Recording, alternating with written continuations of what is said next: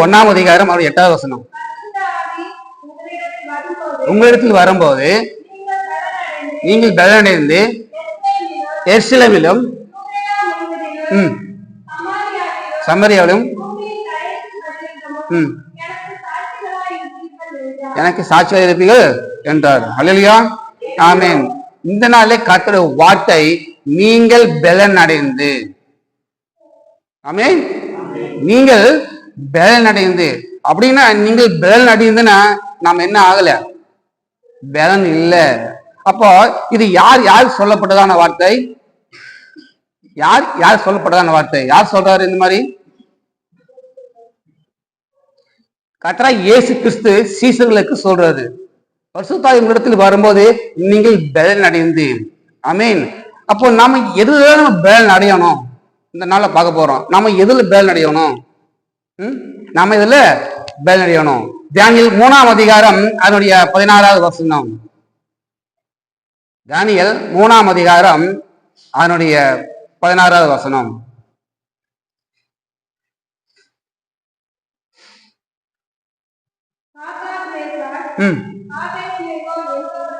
என்பவர்கள் ராஜாவை நோக்கி, நேபுகாத்நேச்சாரே, இந்த காரியத்தை குறித்து உமக்கு உத்தரவு சொல்ல எங்களுக்கு அவசியம் இல்லை. யார் சொல்றாங்க? Shadrach, Meshach, Abednego. யாரை பார்த்து? ராஜாவை பார்த்து. என்ன சொல்றாங்க? இந்த காரியத்தை குறித்து உமக்கு சொல்ல எனக்கு இப்படி சொல்றாங்க, அவசியம் இல்லை. அப்போ இந்த காரியத்தை குறித்து அவசியம் இல்லைன்னா அப்ப என்ன நடந்திருக்கும் அவங்களுக்குள்ள? ஏன் இது வந்து சாத்ராக், மேஷாக், ஆபேத்நேகோ ராஜாவை பார்த்து சொன்னார்கள்? ராஜா பொற்சிலை செஞ்சு வணங்கும்படி, அதை ஆராதிக்கும்படியாக கட்டளையிட்டாங்க. எல்லா ஜனங்களும் கீத வார்த்தைகள் வாசிக்கும் போது அதை பணிந்து கொண்டு ஆராய்த்தார்கள். ஆனா இந்த 3 பேரு அவங்க என்ன பண்ண, சிலையை பணிந்து கொள்ளவில்லை. ஆமென். அவங்க பணிந்து கொள்ளவில்லை. அப்ப மந்திரிமாரெல்லாம் போய் சொல்றாங்க, ராஜாவே நீ சிறைப்பிடிச்சு வந்த 3 பேர் என்ன பண்றாங்க, அவங்களை ஆராதிக்கல, உங்க மதிக்கல, உங்களோட கட்டளை மீறிட்டாங்க அப்படின்னு. ராஜா சொல்றாரு, சரி ஒருவேளை அவங்களுக்கு ஏதாவது கேட்காம இருக்கலாம், மீண்டும் அவங்களை வர சொல்லுங்க, மீண்டும் வாசிக்க சொல்லுங்க, நீங்க வந்து என்ன பண்ணுங்க, காலை பணிந்து ஆராதிங்க அப்படின்னு சொல்றாங்க. அதுதான் சொல்றாங்க 3 பேரும், இதை குறிச்சு உங்களுக்கு நான் சொல்ல அவசியம் இல்ல. ஆமா, இதை குறிச்சு சாதிக்கு அல்ல. மீண்டும் பண்ணீங்க அதுவே 3:16.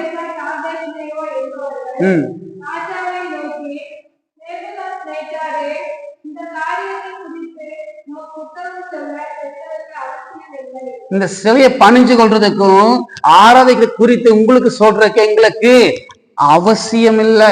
எதுக்கு நான் உங்களுக்கு வந்து சொல்லணும்னு அவசியம் இல்லை. ஆமென். 14 பண்ணிட்டு பாருங்க.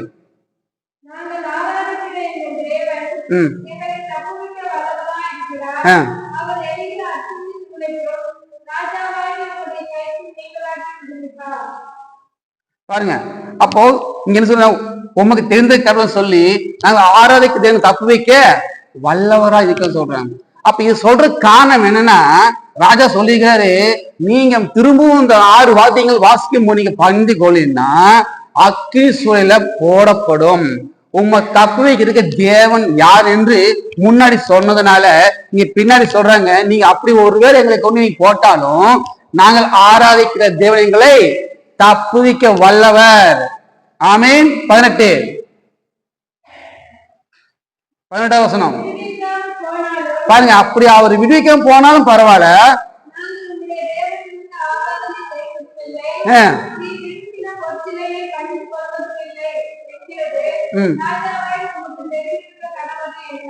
பாருங்க, நாங்க ஆராதிக்கிற தேவன் தப்பு வைக்க வல்லவர் தான். அப்படி எங்களை அவரு வந்து தப்பு வைக்க போனாலும் பரவாயில்ல, நீ நிறுத்தின பொறிச்சாங்க வணங்க மாட்டோம், ஆராதிக்க மாட்டோம், உனக்கு அப்படி சுண்டி போட்டு சொல்றாங்க, உனக்கு தெரிஞ்சிருக்கணும் அப்படிங்கிறான். ராஜாக்கு அப்படியே சரியான கோபம் ஆயிடுச்சு. ஒரு ராஜா முன்னாடி இப்படி சொடக்க போட்டு தெரிஞ்சிருக்கணும்னு சொல்றான்னா, எத்தனை கோடிக்கணக்கான ஜனங்கள் இருப்பாங்க, சுத்தி இருப்பாங்க, மரியாதையெல்லாம் இப்படி பேசிட்டாங்க. என்னாச்சு? கடும் கோபம் வந்துருச்சு. சாதாரண இருக்கிற அக்னி எத்தனை மடங்கு ஏத்துனாங்க? 7 மடங்கு ஏறி, இவன் என்னை திட்டான்னு, இவனை என்னை கேவலப்படுத்தி அவமானப்படுத்திட்டான்னு சொல்லி 7 மடங்கு சூளை எழுப்பி அவர்களுக்குள்ளே போடுவதற்கு தயாராக இருந்தார்கள். இல்லையா? ஆமென். தானியேல் 28. அப்பொழுது நேபுகாத்நேசர் வசனித்து சாத்ராக், மேஷாக், ஆபேத்நேகோ என்பவர்களுடைய தேவனுக்கு ஸ்தோத்திரம். அவர்கள் தங்களுடைய தேவனை தவிர வேறொரு தேவனையும் சீனுக்கு பணியாமல் அவரையே நம்பி ராஜாவின் கட்டளையை தள்ளி தங்கள் சரீரங்களை ஒப்புக் கொடுத்ததினால் அவர் தமது தூதரை அனுப்பி தம்முடைய தாசரை விடுவித்தார். பாருங்க, கட்டி உள்ள கொண்டு போட்டாச்சு, எல்லாமே எரிஞ்சு சாம்பலாக வேண்டியவங்க 3 பேர் என்ன பண்றாங்க? உலாவி கொண்டிருக்கிறார்கள்.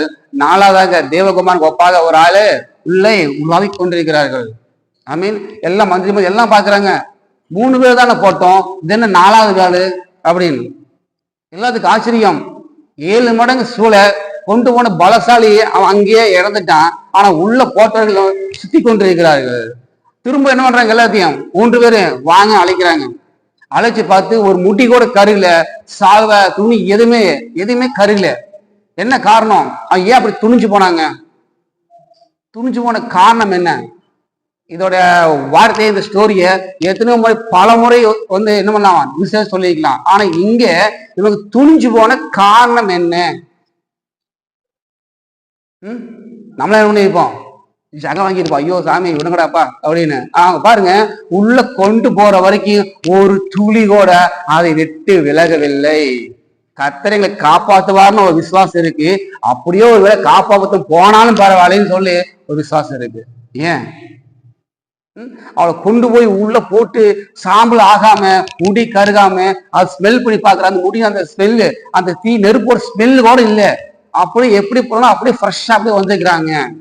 அதுக்கப்புறம் சொல்றாங்க இங்க 28ல, அவர் தேவர்களை என்ன மற்ற தேவ பணியாமல் தன் தேவனையே நம்பி இருக்கிறதுனால கர்த்தர் அவங்களை விடுவித்தார். ஆமென், அவரை விடுவித்தார். அப்போ இங்கே கர்த்தர் ஆவியானவர் சொல்ற, நீங்க எதுல பலப்படணும்? இதுக்கு என்ன சம்மந்தம் இருக்குது? அவங்க தீல போனாங்க வந்தாங்க, இதுக்கு என்ன சம்மந்தம் இருக்கு? ஏன் அவங்க போக சம்மதிச்சாங்க? 1 கொரிந்தியர் 5ஆம் அதிகாரம் 14ஆம் வசனம். 2 கொரிந்தியர் 5ஆம் அதிகாரம் 14ஆம் வசனம்.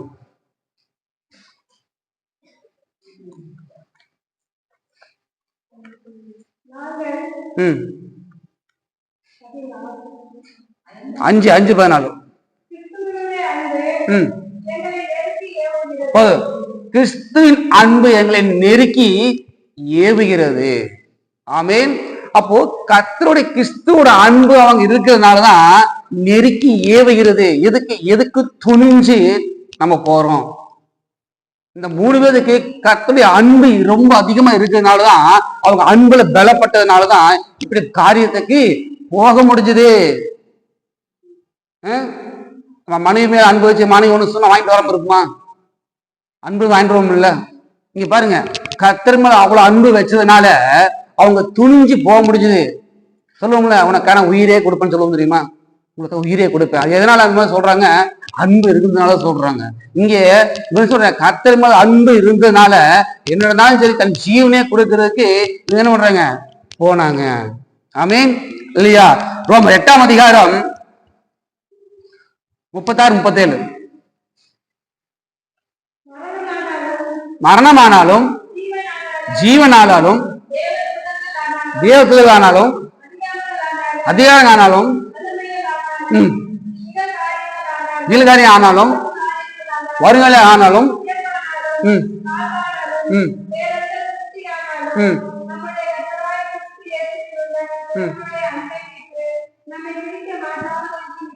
பாருங்க, எது ஆனாலும் சரி, உயர்வானாலும் சரி, தாழ்மையானாலும் சரி, நெருப்பானாலும் தீயானாலும் சரி, எந்த பிரச்சனைனாலும் சரி, கிறிஸ்துவ அன்புக்கு நம்மளை பிரிப்பவன் முடியவே முடியாது. அப்ப அன்பு இருந்ததுனாலதான் ஒரு கஷ்டம், ஒரு பிரச்சனை, போராட்டம் வருது. அது பிரிச்சுதா அந்த அன்பு? இந்த சாத்ராக் மேஷாக் ஆபேத்நேகோக்கு என்ன வந்துச்சுப்போ? பிரச்சனை, போராட்டம். அன்பு இருந்ததுனால அவங்க பிரிச்சுதா? பிரிக்க முடியல. அப்ப அன்பு இல்லைன்னா கண்டிப்பா பிரிஞ்சிருக்கும். இங்க பாருங்க, எந்த நஷ்டம் கஷ்டம் எது வந்தாலும் சரி பிரிக்க முடியாது. 38, 39.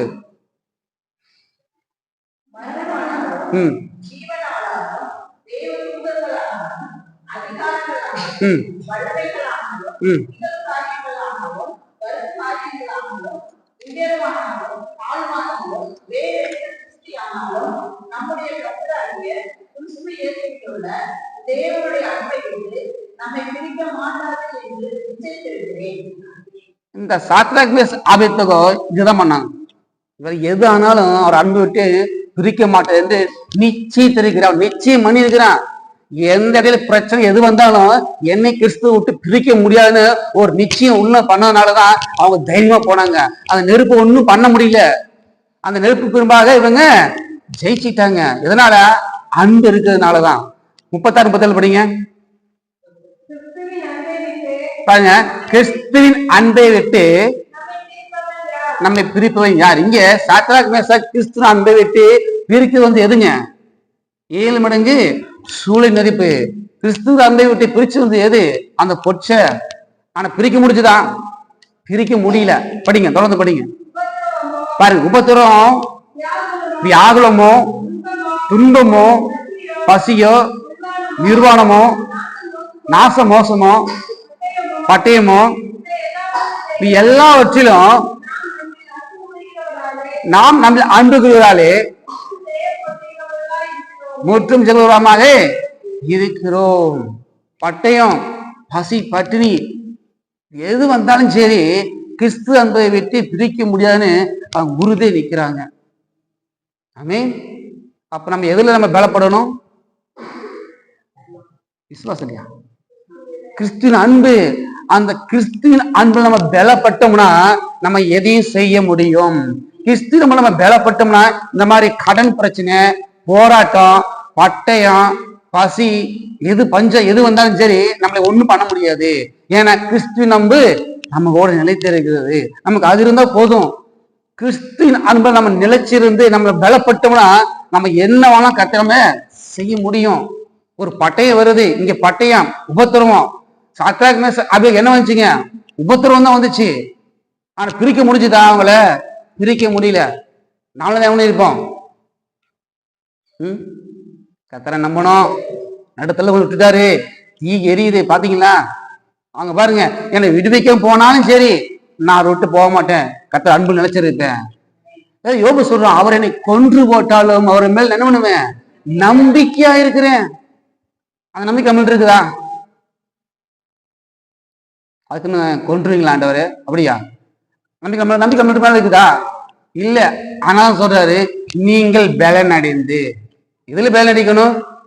கிறிஸ்துவுடைய அன்புல நம்ம என்ன பலன் அடிக்கணும். இயேசு மேல அந்த அன்புல பலன் அடிச்சிட்டோம்னா எதையுமே நம்மளை பிரிக்க முடியாது.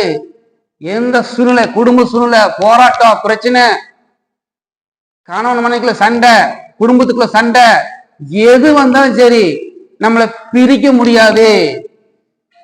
ஆமென். வீட்டுல பாருங்க சண்டை வரும், ஜெபம் பண்ண முடியாது. அன்பு போச்சா? சண்டை வரும், பிள்ளைங்க சண்டை வரும், கணவன் சண்டை வரும், மனைவி சண்டை வரும், ஏதோ சண்டை வந்துடும், குடும்ப சண்டை வந்துடும். பாத்தீங்கன்னா ஆளுக்கு மூளையில வெட்டி போட்டு படுத்து தூங்கிடுவாங்க, போய் ஜெபம் பண்ண மாட்டாங்க. அப்ப அந்த அன்பு எங்கே? அந்த அன்புல நீங்க பலப்பட்டோம்னா சண்டே வந்தாலும் சரி எது வந்தாலும் சரி, நான் என் தேவனோட ஆராதிப்பேன், நான் தேவனோட ஜெபம் பண்ணுவேன், நான் கர்த்தரோட போய் பேசணும், ஜெபம் பண்ணணும், அவரோட என்ன அன்பு நினைச்சிருக்கணும். அந்த அன்பு நம்ம பலப்படாதனால நாம என்ன பண்றோம்? மூளை போய் உட்காந்துக்கிறோம், பாத்துக்கலாம் அப்படின்னு. அப்ப அன்பு எங்கே? அதே சொல்றாரு, நீங்கள் பலன் அடைந்து. இதுல பலன் அடையணும். ஒரு அன்பை நீங்க பலன் அடையும் போது இப்படி காரியங்கள் வரும்போது நம்ம என்ன பண்ணுவோமா? நிலைச்சு நிற்போம். ஆமென். நாம நிலைச்சு நிற்போம். அப்ப கிறிஸ்து அன்பை நாம முதல்ல என்ன பண்ணணும்? பலனடைய வேண்டும். அது இல்லையா? நாம என்ன கிறிஸ்து அன்பிலே பலனடைய வேண்டும்.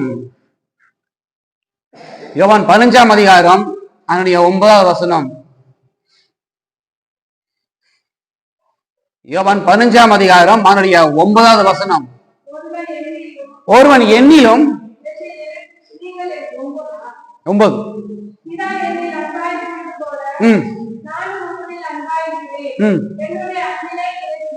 பாருங்க, என்னுடைய அன்பிலே நிலைத்திருங்கள். இதுதான் அவங்க பண்ணாங்க. சாத்ராக் மேஷாக் ஆபேத்நேகோ என்ன பண்ணாங்கன்னா, என்னுடைய அன்பு நிலைத்திருன்னு சொன்ன மாதிரி அவங்க நிலைச்சிருந்தாங்க. நிலைச்சிருந்தனாலதான் எதுவுமே அவங்களை பிரிக்க முடியல. நம்ம நிலைச்சிருக்கிறோமா? வாரத்துல 7 நாள் 2 நாள் நினைச்சிருப்போம், 4 நாள் 5 நாள் ஒண்ணு இருப்போம், நினைச்சிருக்க மாட்டோம். திரும்ப நினைச்சிருப்போம், மறுபடியும் விட்டுருவோம். இப்படிதான். இது அப்படி இல்லை. என் அன்பிலே நிலைச்சிருங்க. அப்போ நீங்க அன்பை நீங்க பலப்படும் போது எந்த பிரச்சனை போராட்டம் வந்தாலும் நம்மளை ஒன்று பிரிக்க முடியாது. ஆமென். நம்மளை ஒன்று பிரிக்க முடியாது. நம்ம அன்பு எப்படி இருக்குது இந்த நாள்ல? நேற்று வரைக்கும் எப்படி இருந்துச்சு நம்மளுடைய அன்பு? கர்த்தரோட அன்பு. ஒரு புதுசா ஒரு கல்யாணமான கணவன் மனைவி ஆரம்ப நாட்கள்ல பார்த்தீங்கன்னு வச்சுக்கோங்களேன், அன்பு அப்படியே பயங்கரமா இருக்கும். இன்னும் புதுசாக கல்யாணம் பண்ணவங்க அன்பு பார்த்தீங்கன்னா பயங்கரமா இருக்கும். தன் மனைவிக்கு என்ன வேணா வாங்கி கொடுப்பாங்க. இவங்க என்ன வேணா செய்வாங்க. உங்களுக்கு காப்பி பிடிக்குமா, டீ பிடிக்குமா, அப்படியே கேட்டு கேட்டு செய்வாங்க. கவனமே, அவங்களுக்கு என்ன பிடிக்கும் சொல்லுங்க அப்படின்னு. பிடிக்காத எதுவுமே நான் செய்ய மாட்டேன், அதுவே உனக்கு என்ன வேணும் வரம்பு வாங்கிட்டு வரேன் அப்படிவாங்க. கரெக்டாக வாங்கிட்டு வந்துருவாங்க. ஒரு 2 மாசம் அப்படி போகும், 3ஆம் மாசம் அப்படி போகும், 4ஆம் மாசம் பார்த்தீங்கன்னா 2 பேத்துக்குமே அன்பு எப்படி இருக்கும்? ரொம்ப கேப் ஆகி போயிடும். சொன்னது வாங்கிட்டு வர மாட்டாரு, இவர் சொல்றது அம்மா செஞ்சு கொடுக்காரு.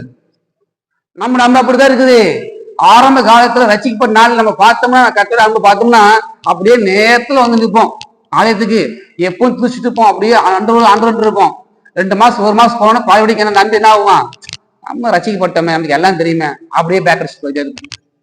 அந்த அன்பு இல்லை. நீங்கள் பலன் அடைந்து இதுல பலன் அடையணும், கிறிஸ்துவோட அன்புல நீங்க பலன் அடையணும். ஆமேன். இது ஆவிக்குரிய வாழ்க்கைக்கு மட்டும் இல்ல, பூமிக்குரிய வாழ்க்கை சொல்றேன். குடும்பத்துல அன்பா இருக்கணும். ஆமேன். ஆவிக்குரிய காரியம் மட்டும் இல்லை, இங்க இருந்தாதான் அங்க வரும், இங்க இருந்தா அங்க வராது. வீட்லயும் அன்பாதான் இருக்கணும்.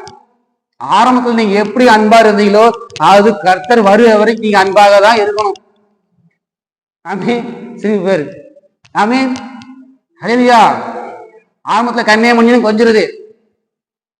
பாத்தீங்கன்னா ஹஸ்பண்ட் எங்க போயிட்டாருங்க, அவரு வெளியே போய்க்கிறாருங்க. இது ஆரம்பத்துல 4 மாசம் கழிச்சு எங்க ஹஸ்பண்டுங்க அந்த ஆள் வெளியே போயிருக்குது. வித்தியாசம் பாத்தீங்களா எப்படின்னு? அவரு வெளியே போய்க்கிறான்னு சொல்றதுக்கும் அந்த ஆள் வெளியே போய் சொல்ற வித்தியாசம் இருக்குதா? அன்பு எங்க? அடுத்த இடத்துல தன் மனைவியோ கணவனையோ என்ன பண்ணணுமா? மரியாதை எல்லாம் நாமளே பேசுறது. இதேதான் மற்ற இடத்துல கிறிஸ்துவோட அன்பை ரொம்ப இதா பேசுறது. அவர் எப்பவும் நல்லவராக தான் இருக்கிறார். ஆமென். அவர் நேற்றும் இன்றும் என்றும் மாறாதவர். நாம தான் மாறிட்டு இருக்கிறோம். அவர் அன்பாக தான் இருக்கிறார். நான் உங்களை அன்பா இருக்க, நீங்க எல்லாருக்கும் அன்பா இருங்கள். நம்ம அன்பா இருக்கிறோமா? வம்புதான் இருக்குது. இந்த நாள்ல ஆவியானவர் நீங்கள் பலன் அடைந்து, எதுல பலன் அடையணும்னா கர்த்தருடைய அன்புல நீங்க பலன் அடைஞ்சீங்கன்னா எல்லாமே உங்களுக்கு சாதகமாயிரும். தீகோட உங்களுக்கு எப்படி இருக்கும்? நெருப்பு உங்களுக்கு பஞ்சு மொத்தமா வைப்பாரு. அப்படிதான் போனாங்க சாத்தா மேசாக்கு. என்னமோ ஒரு ஃப்ரிட்ஜ் வாட்டர் போய் குடிச்சிட்டு உள்ள போயிட்டு வந்தாங்க. அவ்வளவு கூலிங் உள்ள. 7 மடங்கு சூழ நெருப்பு அவன் 3 நாளைக்கு எப்படி இருந்துச்சு? கூலிங்கா இருந்துச்சு. எதனால? அந்த அன்பு, கர்த்தருடைய அன்பு. உனக்கா என்ன வேணா செய்வேன் ஆண்டவரே, என்ன வேணா செய்வேன். அந்த அன்பு, அந்த அன்புக்கு என்ன சொல்றது? அந்த அன்புக்கு ஆபிரகாம் பாரு, கர்த்தமா அன்பு வச்சதுனால ஒரே பேரான குமாரனை, ஒரே சொல்றாரு, உன் நேசகுமாரன், உன் என்ன சொல்ற எல்லா குமாரன், உன் நேசம், உனக்கு நேசம் வந்தானே, உன் பாசம் வந்தானே, அந்த குமாரனை எனக்கு பலின்னு சொன்னாரு. நாமளாவது விட்டுருப்போமா? எனக்கு ஒன்னே ஒண்ணு அதே கேட்கறியா நீ அப்படின்னு கொடுத்து போட்டு திருப்பி வாங்குறியா அப்படின்றாங்க. ஆனா அன்பு, கர்த்தர் மேல ஆபிரகாம் வச்ச அந்த அன்பு பாருங்க, ஆண்டு தான் எனக்கு கொடுத்தாரு, அவர்தான் எனக்கு எல்லாம் செஞ்சு, அவருக்கு நான் கொடுக்கணும் அன்போட கொடுத்தாங்க. பாத்தீங்களா? அந்த அன்பு நம்மள்ட்ட இருக்குதா? அந்த அன்பு நம்மள்ட்ட இருக்குதா? கர்த்தர் கேட்கிற, நீ அன்போடு நீ ஆராதி, அன்பு வச்சு எனக்கு வா, ஆராதிக்கு வா, ஜெபம்னு மொத்தலுக்கா ஜெபம்னு சுவிசேஷம் சொல்லு. அந்த அன்பு இருக்குதா? பவுல் சொல்றான், சுவிசேஷம் சொல்வது என்னுடைய கடமை. எதனால அப்படி சொல்றான்? அந்த அன்பு. எப்ப சந்திச்சாரு அப்பயும் அன்புல இதாயிட்டான். ஐயோ இப்படிப்பட்ட ஆண்டவரா, அந்த அன்பை ருசி வச்சுட்டான் பவுலு.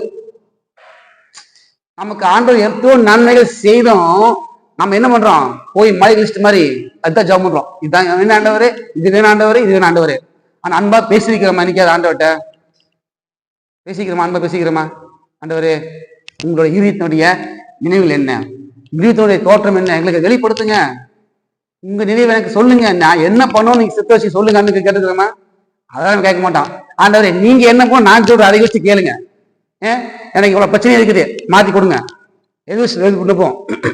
2 லட்சம் கடன் இருக்குது, ஓகே. அடுத்து என்ன, வீடு பாய நிக்குது, அது உள்ள இன்ஜினியரிங் சீட்டு வேணும். இதுதான் எது லிஸ்ட் போட்டுருக்கோம். ஆனா அவர் என்ன பண்ணணும்னு நம்ம சொல்றோம், நாம என்ன பண்ணணும் நம்ம அவர் நினைப்பாருல, கேட்பாருல்ல. அப்ப அந்த அன்பு எங்க? அந்த அன்பு எங்க? ஒருவர் ஒரு மேல் அன்பு வச்சுட்டாங்கன்னா அவங்க என்ன சொன்னாலும் கேட்பாங்க. அதுதான் அன்பு. நம்ம கட்டமா வச்சுக்கிற அன்பு எப்படிப்பட்டிருக்குது அளந்து பாருங்க. ஒரு மெஷர்மெண்ட் டேப் சார்ந்து பாருங்க, 2 இன்ச்சு 3 இன்ச்சு, உங்களுக்கே தெரியும் நம்ம அன்பு எப்படி இருக்குன்னு. எப்போ ஞாயிற்றுக்கிழமை வரும், ஆலயத்துக்கு போகணும், அதுதான் அன்பு. தேவ சமூகத்துல வர்ற அன்பு தான். வீட்டுல ஜெபம் பண்றோம், எல்லாம் ஓகே தான். ஆலயம் ஒண்ணு இருக்குது, அந்த ஆலயத்துக்கு தாவீது இருப்பாரு, எப்பவும் அங்க அந்த ஆலயத்திலே இருக்கிறான். வெளியே இருக்கிற சுத்திர பாக்கிற, வெளியில என்ன பக்கத்துல உன்னோட புறமாக இருக்கிற ஆலயத்துக்கு அப்படி அப்படி இருக்கிறான். ஆலயமே கதின்னு இருக்கிறான். யோசுவா பாருங்க, அந்த ஆசாரிப்பு கூட விட்டு பிரியவே மாட்டேங்கிறான், அதுக்குள்ள இருக்கிறான். ஏன்? அன்பு. கர்த்தரோட பேச மாட்டாரா? அந்த அன்பு. மோசையை கூட கூட கூட போய் மோசையோட ஆண்டவர் பேசுறாரு. ஜோசப் நினைக்கிறான், ஆண்டவர் எங்கூடயும் பேச மாட்டாரா?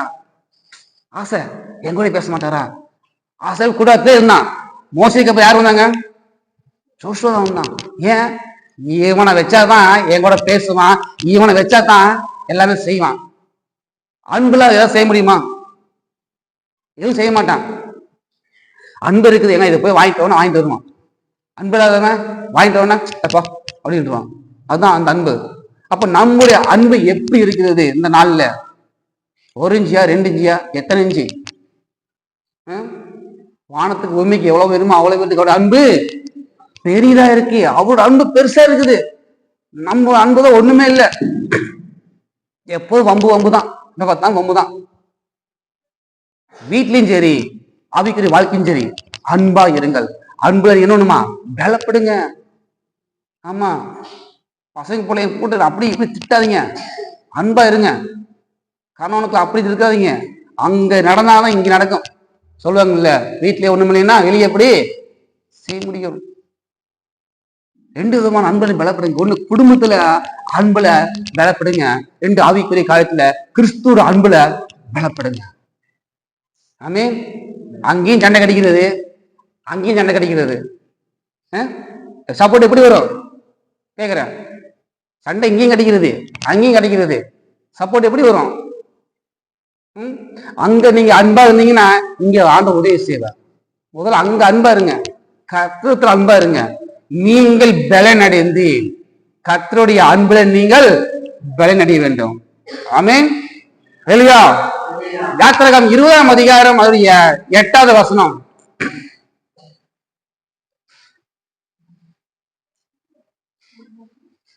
யாத்திராகமம் 20ஆம் அதிகாரம் அதனுடைய 8வது வசனம். ஓய்வு நாளை போதும். முதலாவது பார்த்தோம், நீங்கள் பலனடைந்து கர்த்தருடைய அன்புல நீங்க பலனடையணும். 2வது பரிசுத்தத்தில் நீங்கள் பலனடைய வேண்டும். முதலாவது என்ன பார்த்தோம்? கர்த்தருடைய அன்புல நீங்கள் பலனடைய வேண்டும். 2வது பரிசுத்தத்தில் நீங்கள் பலனடைய வேண்டும். மீண்டும் படிங்க 8வது வசனம். இங்க பரிசுத்தத்துல பலனடையனா ஓய்வு நாள்ல நீங்க பரிசுத்தம் பலனடைய. அப்ப என்ன வேணும்? ஆலயத்துக்கு நீங்க வரணும். அதுதான் பரிசுத்தம். நம்ம பரிசுத்தம் வெளியே அப்படி இருக்கிறோம். ஆனா பரிசுத்தம் முக்கியமா. பரிசுத்தம்னா ஓய்வு நாளை நம்ம கரெக்டா நம்ம ஆசீர்வாதம் பண்ணோம்னா அதுதான் பரிசுத்தம். நம்ம கரெக்டா ஆலயத்துக்கு வரோமா? அப்பதில்ல கலையிறது எப்படி ஸ்கூல் லீவ் போற மாதிரி ஊருக்கு அங்கேயும் போயிருக்கிறது, கட்டடிச்சுக்கிறது. ஆலயத்துக்கு எத்தனை நாள் பாருங்க, ஒரு வருஷத்துல எத்தனை வாரம்? 45 52 வாரத்துல நீங்க டிக் பண்ணி பாருங்க. நான் எல்லா நாளும் நான் டிக் போய்க்கணும் போய் பாருங்க, வந்திருக்க மாட்டோம். அங்க ஸ்கூலையும் ஆப்சண்ட், இங்கேயும் ஆப்சண்ட். ம்? அதான் சொல்ற, என் ஓய்வு நாள், என் ஓய்வு நாள் அது பரிசுத்தமான நாள், அது பரிசுத்தம். நீ கரெக்டா நீ ஆயுதத்துக்கு வந்ததே அது பரிசுத்தம். ஆமே. 20:11 படிங்க. 20:11 யாத்திராகமம் 20:11. ம் படிங்க. ம்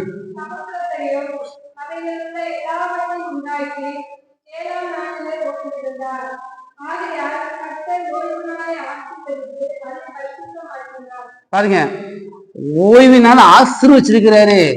அந்த ஆசீர்வாதனால நீங்க வராம இருந்தீங்கன்னா உங்களுக்கு ஆசீர்வாதம் இல்லை. நான் சொல்ல, ஏன் சொல்றது, 7ஆம் நாள் கர்த்தர் ஆசீர்வச்சிருக்கிறாரு.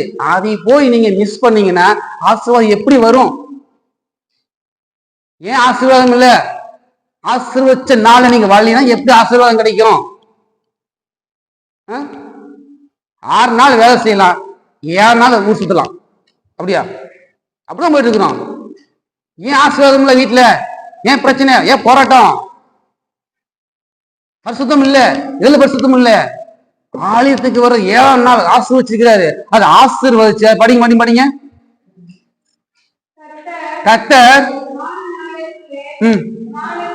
வானத்தையும் பூமியையும் சமுத்திரத்தையும் அவையில் உள்ள எல்லாவற்றையும் உண்டாக்கி 7ஆம் நாளிலே ஓய்ந்திருந்தார்.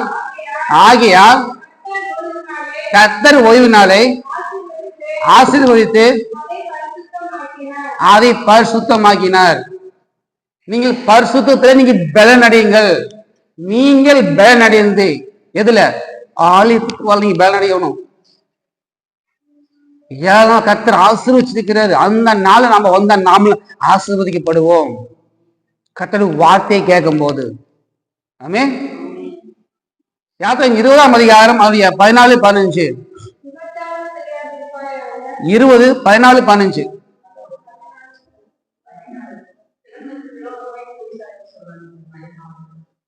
15. ம்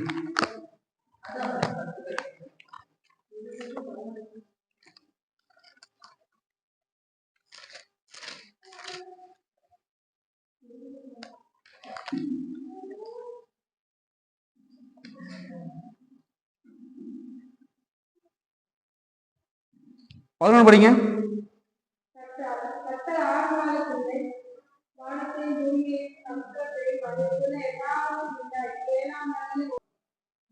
பதினேழு.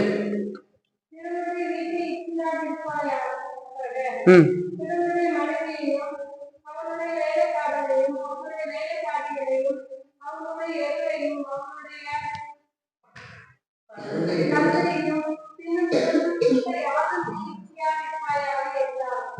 பாருங்க, பரிசுத்தல் நீங்கள் பலனடைய வேண்டும்.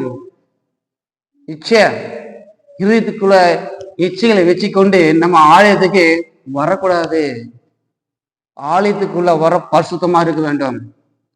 அந்த 7 நாள் கர்த்தர் ஆசீர்வதித்து பரிசுத்தமாக்கினார். அந்த பரிசுத்தத்தை நம்ம இன்னும் இதயத்துல ஒன்றும் சுத்தமாக வர வேண்டும். எந்த இச்சைகள் எந்த ஆசை எதுவுமே உள்ளே இருக்கக்கூடாது. ஏன்னா ஆலயம் பரிசுத்தம் உள்ளது.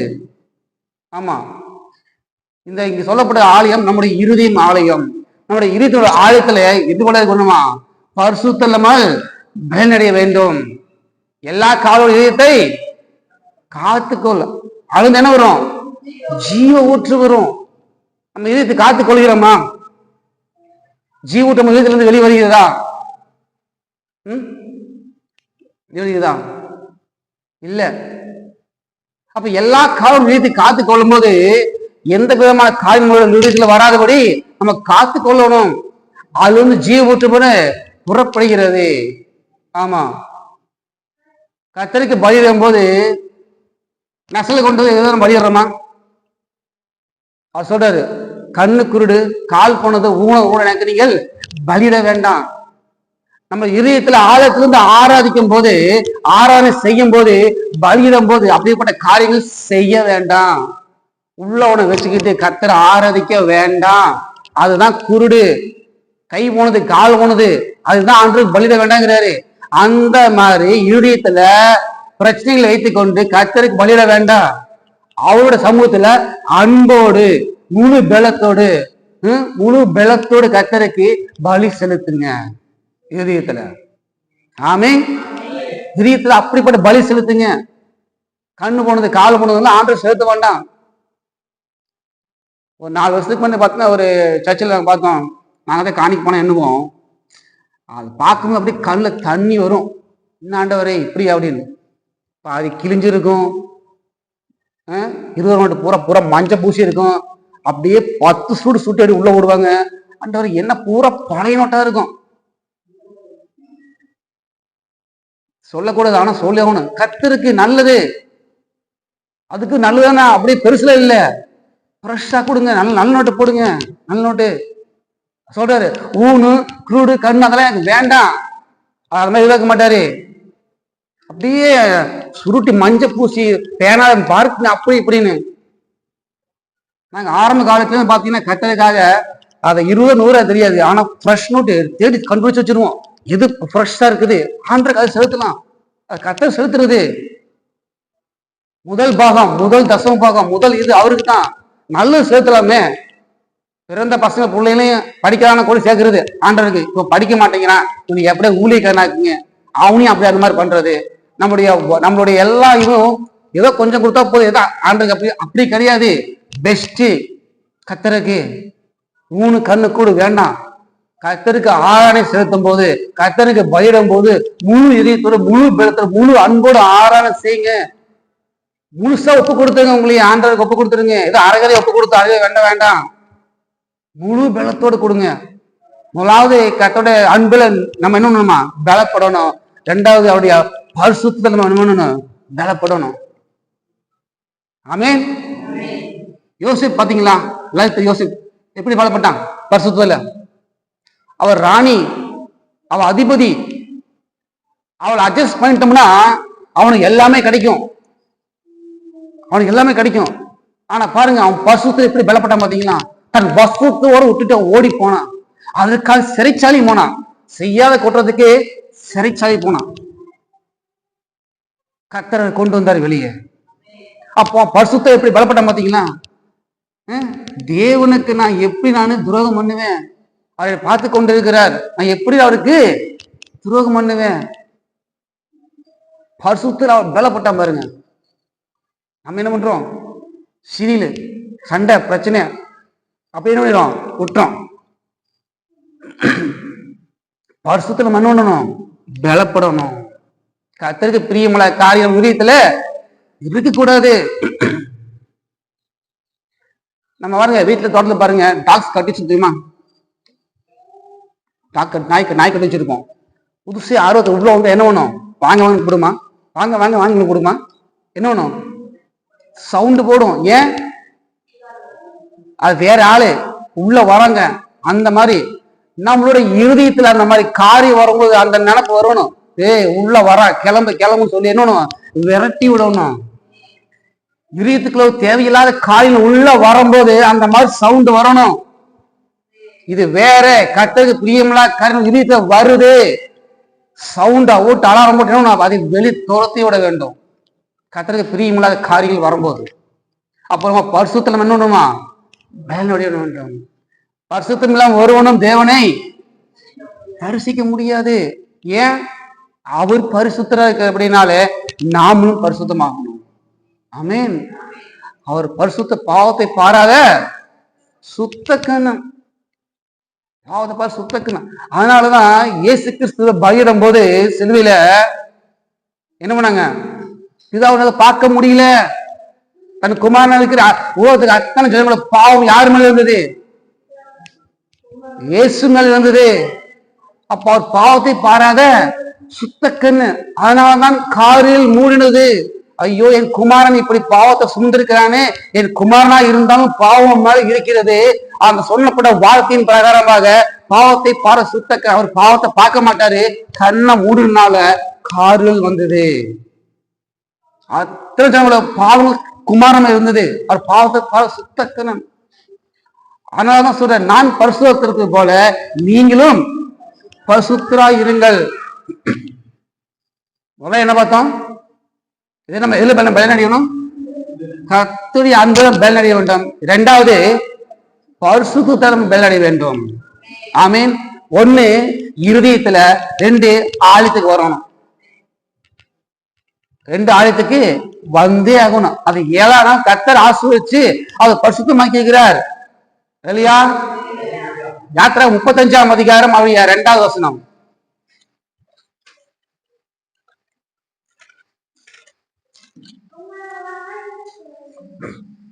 35ஆம் அதிகாரம் 2வது வசனம். நீங்கள் 6 நாள் வேலை செய்ய வேண்டும். 7ஆம் நாளோ பாருங்க, 7ஆம் நாள் உங்களுக்கு பரிசுத்தமா இருப்பதாக கர்த்தருக்கென்று ஓய்ந்திருக்கும் ஓய்வு நாள்.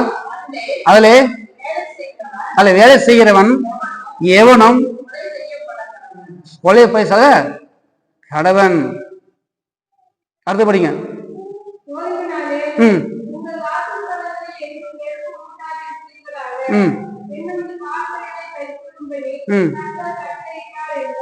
உங்களுக்கு கட்டளையே எடுத்துட்டாரு. 7ஆம் நாள் பரிசுத்தமானாலு அது நம்ம ஆலயத்துக்கு தான் இருக்கணும். அப்படி வேலைக்கு போறவங்க, ஆலயத்துக்கு விட்டு வேலைக்கு போறவங்க கொல்லப்பட வேண்டும். ஆசீர்வாதம் ஏன் இல்லாம போகுது? ஆசீர்வாதம் ஏன் நமக்கு தடை பண்ணுது? ஆசீர்வாதம் கொலை செய்யப்படுதுன்னா இதனாலதான். ஆலயத்துக்கு வராம வேற காரியங்களுக்கு போறதுனால கர்த்தர் என்ன பண்றாரு? சொல்லுங்க, நீங்களே சொல்லுங்க. கர்த்தர் என்ன பண்றாரு? நமக்கு ஆலயத்துக்கு நமக்கு எது முக்கியம்? கடா விருந்து முக்கியம், காது குத்து முக்கியம், இதுதான் முக்கியம். முக்கியமான ஃபங்க்ஷனு போய்த்தாகணும். முதலாவது ஃபர்ஸ்ட் ஆலயத்துக்கு வாங்க, வந்து தேவன் சமூகத்தை, தேவனோட வார்த்தையை பெற்றுக்கொண்டு அதுக்கப்புறம் நீங்க எங்க வேணா போங்க. உங்க தெரிஞ்சவங்க அண்ணன் தம்பி ஃபங்க்ஷன் எல்லாம் உண்மைதான் வைக்கலாம் இருக்குதான். ஆனா ஃபர்ஸ்ட் முதலாவது தேவ ராஜ்யத்தை நீதி தேடுங்க, அதுக்கப்புறம் அங்க போங்க. அங்க போகணும்னு சொல்லல, ஆனா ஃபர்ஸ்ட் தேவன ஆலயத்துக்கு வாங்க. ஃபர்ஸ்ட் ஆலயத்துக்கு வாங்க. ஆலயத்துக்கு வராம அங்க போனீங்கன்னா உங்கள் ஆசீர்வாதம் கர்த்தர் தடை பண்ணி விடுவார். நான் சொல்ல, கர்த்தர் வார்த்தை சொல்லுகிறது. ஆமென். முதலாவது தேவ ராஜ்யத்தை நீதி தேடுங்க. ஆலயத்துக்கு பரிசுத்தமான நாள். ஆலயம் 7ஆம் நாள் பரிசுத்தமா ஆசிரிக்கிறார்.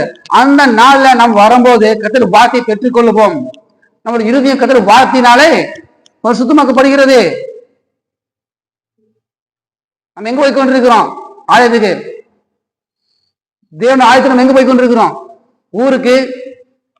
பசங்க லீவ் விட்டாங்க, சும்மா அப்படியே சுத்தி பார்த்து விளாண்டு போலாம். அப்படியா? நீங்க எங்க வேணா போங்க, ஆனா சண்டே தேவன் ஆலயத்துக்கு வந்துருங்க. இது நான் கட்டளை ஆண்டவர் சொல்லுகிறாரு. என்னோட கட்டளை, என்னோட பரிசுத்த நாள் என்ன கண்டிப்பா நீங்க ஆசரிச்சு ஆகணும். அது கட்டளை. அன்பு இருந்தா கண்டிப்பா வருவாங்க. அதுக்கு ரெண்டு சம்மந்தம் இருக்குது. தேவன் ஆலயத்துக்கு வருவதற்கு கத்திர அன்பு ஃபர்ஸ்ட் இருக்கணும். ஐயோ ஆண்டவர் இன்னைக்கு நான் பார்க்க போகணுமே, அவர் என்ன வார்த்தை கொடுக்குறாரு, எனக்கு என்ன பேச போற, அந்த அன்பு வேணும். சனிக்கிழமை நைட்டு நாளைக்கு நான் ஆலயத்துக்கு போறேன், கர்த்தனோட பேசணும். என்ன பேச போறேன்னு தெரியல, எங்களோட பேசிட்டோம். ஒரு பிரச்சனை வைக்க அதோட கூட பேசுவார, வார்த்தை வருமானு அந்த அன்பு இருக்கணும். ஆண்டவர் நாளைக்கு நான் போறேன், நீங்க பேசுங்க, வார்த்தையை கொண்டு பேசுங்க. அப்படி நம்ம கேட்டோம்னா கர்த்தர் வார்த்தையை கொண்டு பேசுவார். ஏதோ வாரம் போறான், இந்த வாரம் நேரத்தில் அடுத்த மாதிரி பார்த்துக்கலாம் அப்படின்னா அப்ப அன்பு இல்ல. தேவனுடைய சமூகத்தை விட்டு போறவங்க அன்பு இல்லை. நான் சொல்ல, என் அன்பு நிலைத்தவர்கள், என் அன்பை நிலைச்சிருக்கிறவங்க வருவாங்க. ஆமென். என்ன பிரச்சனையாலும் சரி வருவாங்க. ஆமென். வீட்டுல ஒரு எந்த கெட்ட கை நடந்தாலும் வந்துருவாங்க. ஆமென். எல்லாம் அப்புறம் சன்னித பாஸ்டர் மிகவும் ரொம்ப ரொம்ப ரொம்ப அந்த பையன் ரொம்ப ஆசையா ரொம்ப வருஷமா இல்லாத ஆண்டவர் கொடுத்தாரு. 5 வருஷமா குழந்தையில ஒரு பையன் கொடுத்தாரு. ஆராதனை காலையில கிளம்பும் போது அந்த பையன் இறந்து விட்டான். எப்படி இருக்கும்? இறந்துட்டாங்க. அங்க ஆயிரம் டைம் ஆச்சு, டிராவல் பண்ணி போகணும். இன்னும் 1/4 மணி நேரத்துல நம்ம பைக்ல போகணுங்க. என்ன பண்றது? ஒண்ணுமே பண்ணல. அப்படியே பையனை பெட்ஷீட் போட்டு மூடி ப்ரேயர் பண்ணிட்டு அவன் கிளம்பி போயிட்டார்கள். உண்மையா நடந்த சம்பவம் 2 வருஷத்துக்கு முன்னாடி. இல்ல ஆராதனை எப்பவும் கொஞ்சம் கூட மாறல, எப்பவும் இல்லாத ஆராதனை, தேவட மகிமை அந்த நாட்கள பயங்கரமா இருந்துச்சு. பயங்கர அபிஷேகம், பயங்கர வல்லமை, தேவ மகிமை அப்படியே அளவெல்லாம் இருந்துச்சு. அவங்க ஆராய்ச்சி நிறுத்தவே முடியல. எப்பவும் பண்ற நேரத்தை விட இந்த நேரம் ரொம்ப போயிட்டே இருந்தது. எப்பவுமே 12:30 மணிக்கு முடிப்பாங்க, 2:30 மணி ஆகி போச்சாமா. போயிட்டு கொண்டே இருக்கு, நிப்பாட்ட முடியல. தேவ செய்தி அதே மாதிரி நிப்பாட்ட முடியல. ஒரு குறிப்பிட்ட நேரம் வரும்போது 3 மணி முடியும் போது செய்தி முடிஞ்சது. அவங்க சொல்றாரு, இப்ப எல்லாரும் ஒரு அடக்காவதி போறோம் அப்படின்னு சொல்றாங்க, அறிக்கிறாரு. அவங்க யாரு யாருன்னு தெரியல. யாரும் இல்லை, என்னோட மகன் காலையில இறந்து விட்டான், எல்லாம் நம்ம அடக்காரம் பண்ணான்னு போறாங்க இல்லையா. முடிச்சுட்டு எல்லாரும் அப்படியே அழுது, அவங்க விசுவாசி தானே, எல்லாம் அழுகுறாங்க. பாஸ்டர் என்ன இப்படி சொல்றீங்க, அப்படியே அழுகுறாங்க. அது வரைக்கும் தன் மனைவியை அடக்கி வைத்த இந்த அழுகை முடிஞ்சதுக்கு அப்புறம் அவங்க அழுகுறாங்க. ஐயோ, ஒரே பையன் என் ஊழியத்துக்கு நான் ஊழியத்துக்கு ஒப்பு கொடுத்தேனே ஆண்டவரே, இப்படி அவங்க அழுகுறாங்க. விசுவாசி இல்ல ஒரே அழுகுறாங்க. இல்ல கார் பிடிச்சி அப்படியே போறாங்க. வீட்டுக்கு போய் திறந்து பார்த்தோன்னே பையன் உயிரோட இருந்து உட்கார்ந்துட்டு இருக்கான். ஆமென். எதனால காரணம்? தேவனோட வேலை, தேவனோட ஆராதனை, எனக்கு அதுதான் முக்கியன்ட்டு. பையன் கூட வேண்டாம், பையன் 6 நாள் பையன் கூட ஏதோ பையனை பண்ண மாதிரி செய்ய முடியும். ஆனா ஆராதனை போயிருமே, அத்தனை ஜனங்களோட ஆராதனை சொல்றது நம்பி வந்திருப்பாங்களே, கத்தரை நம்பி கத்தரை ஆராய்க்கு வந்திருப்பாங்களே, அதெல்லாம் போயிருமே. அந்த ஆராதனை வீணா போயிருமே, தேவ செய்தி கொடுக்க முடியாம போயிருமேன்னு அவங்க நினைக்கல, போயிட்டாங்க. கத்தர் பாருங்க, என் வேலைய என் அனுக்கு ஆராதனை செய்ய வந்திருக்கிறான், இவனுக்கு திரும்ப பையனுக்கு ஜீவனை கொடுப்பேன்னு சொல்லி திரும்ப வந்து பார்க்கும்போது அவன் எழுச்சி உட்கார்ந்துட்டு இருக்கிறான். அப்போ எல்லாரும் முழங்கால போட்டு மௌனி ஆண்டு நடிச்சிட்டு இருக்காங்க. அங்க ஒரு ஆராதனை எப்படி இருக்கும்? இந்த மாதிரி வாழ்க்கையில் அனுபவப்பட்டிருக்குமா? அனுபவப்பட்டிருக்குமா? 1 மணி 7 மணிக்கு ஆராதனை வரல, ஃபர்ஸ்ட் நல்ல தண்ணி வந்துருச்சுங்க, அது மாசத்துக்கு ஓட்டுக்கு தாங்க வரும். அதாங்க இப்படி ஆயிடுச்சு. தண்ணிக்கோசரம் ஆராதனை மிஸ் பண்றது. ஏங்க ஆலயத்துக்கு வரல, ஊர்ல இருந்து அம்மா அப்பா வந்துட்டாங்க, அதனால நாங்க ஆராதனைக்கு வரலைங்க. சாக்கு போக்கு வந்துட்டு போறாங்க. டீ காப்பி குடுத்து உட்கார வச்சுட்டு ஆலயத்துக்கு வாங்க, முடிச்சுட்டு போய் பாருங்க, இல்லையா அவங்களே கூட்டு வாங்க. நம்ம யாருக்காக விட்டு கொடுக்க கூடாதுன்னு கத்தர் பாக்குறாரு, அவர்தான் அனுப்புறாரு. ஓ இதுக்கு என்ன பண்றாங்க பாருன்னு சொல்லி நம்ம என்ன பண்றோம், அவங்க அம்மா அப்பா ஊருக்கு வந்துக்கிறாங்கப்பா, ரொம்ப தூரம் வந்துக்கிறாங்க, அங்கேயும் டேரா போட்டு வந்துடுறோம். அப்படி இல்லை, நம்ம யாருக்காக தேவனோட ஆராதனையா விட்டு கொடுக்க கூடாது. அன்பு இருந்தா விட்டு கொடுக்க மாட்டோம். அதான் சொல்றாரு, அப்பா நீ அன்பு இல்லாம இருக்கிற, ஏதோ ஒரு பிரச்சனை வந்தா நீ என்ன பண்ற, விழுந்துடுற. முதல்ல நீ அன்புல நீ பலப்படுங்க. யாரையும் சண்டை என்ன ஆனாலும் சரி, ஆலயத்துக்கு வாங்க, கர்த்தர் மக்களை பார்த்து கொள்ளுவார். ஆமீன். ஆராய்ச்சி வந்து ஆராய்ச்சி பாருங்க, வீட்டுக்கு போகும்போது எல்லாமே மாறி இருக்கும், தலைகளா மாறி இருக்கும், பிரச்சனை மாறி இருக்கும், போராட்டம் மாறி இருக்கும். ஆமா, திட்ட வரலாம் அப்படியே பார்த்து போயிடுவான், பிரச்சனை மாறி போயிடும். ஆராதனைக்கு வாங்க, லீவு போடாதீங்க, எதற்காகவும் லீவ் போடாதீங்க. என்ன நடந்தாலும் சரி, மூக்குல சளி வந்தாலும் பரவாயில்ல, துண்டை போத்திட்டு வந்துருக்கீங்க, போகும்போது சைடு நின்று போயிடும். தலைவலி எதா இருந்தாலும் சரி, ஐயோ ஃபீவரா இருக்குது பரவாயில்ல, வந்து சேர்ந்துருக்கீங்க, போகும்போது கதவை வளமை பெற்றுக்கொண்டு தான் போவீங்க. ஆராதிக்கு வந்துட்டீங்கன்னா கத்தரை வல்லம் மகிமையா இறங்கும். நீங்க கைதட்டி ஆராதிக்கும் போது, தேவ பிரசனம் இறங்கும் போது எல்லாம் ஃபீவர் ஓடி போயிடும், தலைவலி எல்லாரும் மாறி போயிடும். தலைவலி அதனால வர முடியல, வீட்டுல கொஞ்சம் நேரம் முடியும், உங்களால பண்ண முடியாது. அப்ப என்ன போக போகுது, ஜீவன் போயிருமா? போயிட்டு போகுது. தேவனை ஆராய்ச்சி ஜீவன் போகுதா, எவ்வளவு பாக்கியம் தெரியுமா?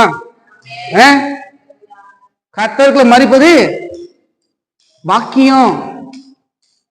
ஆராய்ச்சி கொண்டே இருக்கும்போது நம்ம மரணம் முடிஞ்சா ரொம்ப பாக்கியம். அப்படியே ஆராய்ச்சி மேல போயிடலாம், ரொம்ப சூப்பர், பயப்பட தேவையில்லை.